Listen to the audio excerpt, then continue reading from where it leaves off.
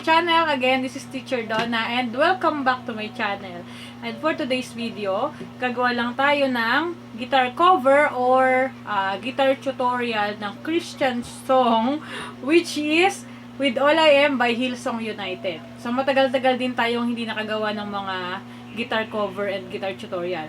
So this guitar tutorial is para sa ating mga beginners na konti pa lang yung alam na chords or hindi pa masyadong kabisado yung mga flats but gusto nang makakanta or makatugtog sa gitara. So para dun sa mga nahihirapan pa sa flats, especially gagamit tayo dito ng B minor, pwede na mga gawin nyo is ganyan lang.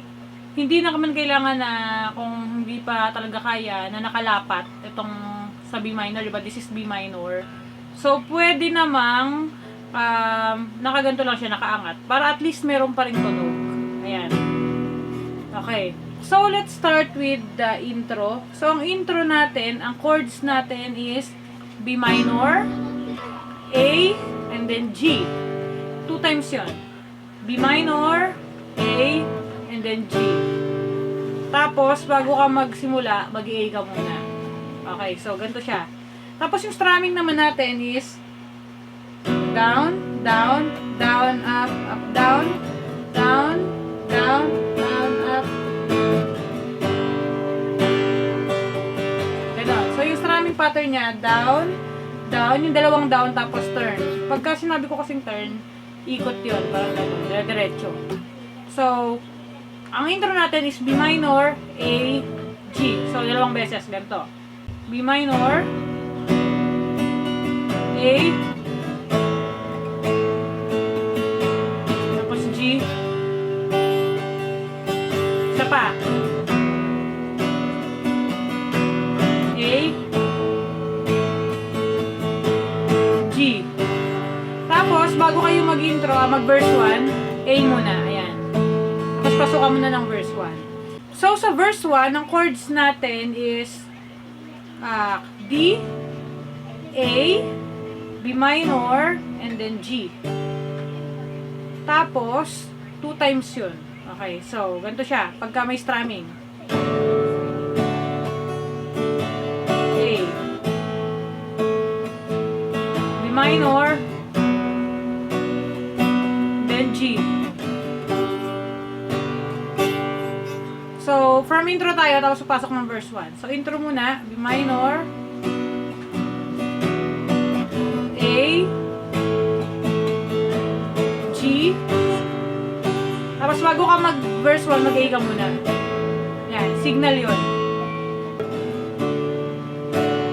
To your hand, I commit again with all I am for you. From the world in the palm of your hands, and I am yours forever. So, may pre-chorus tayo. Bago mag-chorus, diba? Forever. So, mag-i ka muna. Tapos, E minor, tapos mag-A. So, bago mag-chorus, mag-E minor ka muna and then A. Okay. So, try natin from verse 1. To your hand, I commit again with all I am for you. Hold my world in the palm of your hand, and I am yours forever. E minor, tapos A. Ayan, bago ka mag-chorus. Tapos chorus.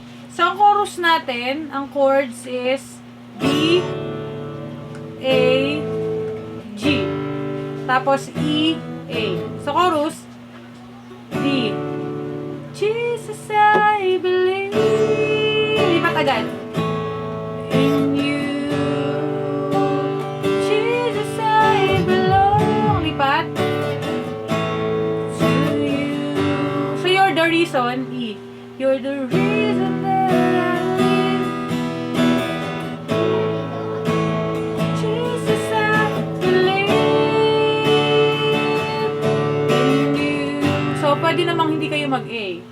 nahihirapan na, lumipat agad. Pero maganda kasi ito, kapag lilipat ka agad ng A bago ka mag-G. Jesus, I believe in you. Jesus, I belong to you. You're the reason that I live. E minor. The reason that I sing with all I am. Tapos sa verse 2, bago mag-verse 2, mag-A ka muna. Laging ganon. Bago ka mag-verse 2, lipat ka muna ng A. Signal yan para makapasok ka. So, sa verse 2 natin, same lang naman yung chords niya kay verse 1. So, pagkatapos ng chorus, mag-A lang muna kayo bago kayo pumasok ng verse 2. So, from chorus tayo, and then verse 2. Jesus, I believe in you. Jesus, I belong to you. You're the reason that I live, the reason that I sing with all I am. Yan, mag-A ka muna bago ka mag-verse 2. So, verse 2 tayo.